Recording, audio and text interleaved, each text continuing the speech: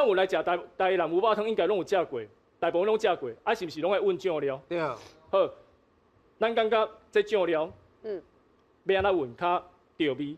姜丝、豆瓣酱，啊这番仔姜，这豆油，这豆油膏，是。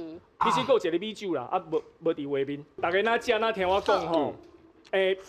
咱台湾的台南牛肉汤的牛肉食原味，先食原味。原味食了以后，我建议开始是用豆油膏。啥啦？因为豆油膏的咸度拄好。豆油吼较咸小化。哦。啊，咱台湾有台南牛肉汤的牛肉吼，伊开始爱需要小可的咸度，较会当甲甜炸出来。这等下像咱咧做胖做鸡蛋糕，嘛爱放寡盐，会共款的意思。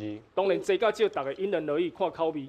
啊，有的人会搁放姜丝，啊，我个人袂放姜丝，因为姜丝的口感吼较脆，伊甲台南牛肉汤的牛肉吼会较冲突。啊，有的人较喜欢这种冲突包的嘛，包咧落去食。啊，我个人是无。啊，若较正统的吼，就是姜丝加豆油膏。啊，米酒吼会放伫汤内底，爱淋2空。这是目前较传统的食法。